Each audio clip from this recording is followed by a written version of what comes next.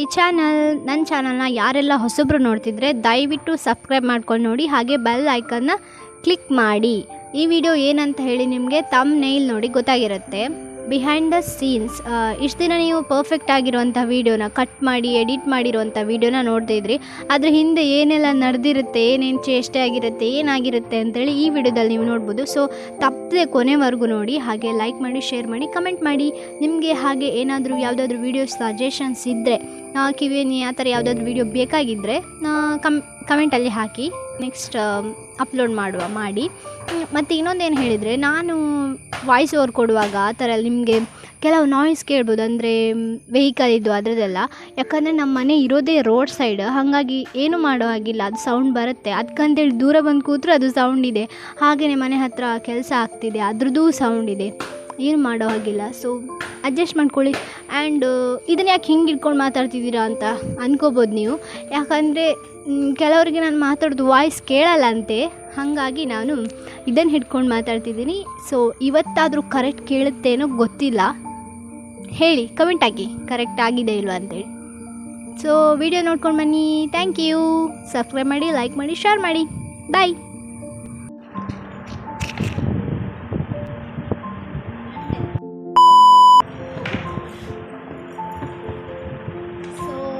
ನೋಡ್ಕೊಂಡು ಬಂದ್ರಲ್ಲ,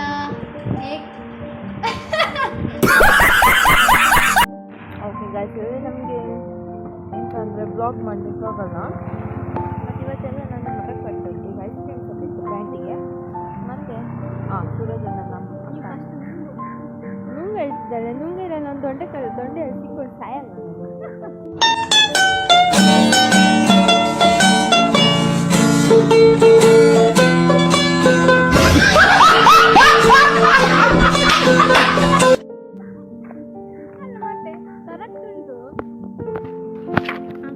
ಇಟ್ಕೊಂಡು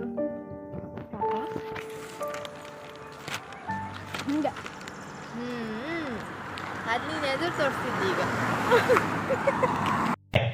ಅಚ್ಚಾ ನೀರು ಅದನ್ನ ಇದು ಮಾಡ್ತೀನಿ.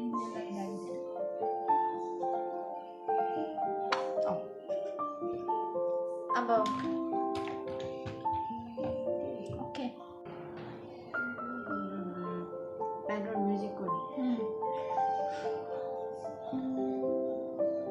ಮೀನ ಕಣ್ಣೋಳೆ ನಾನು ಇಟ್ಟದು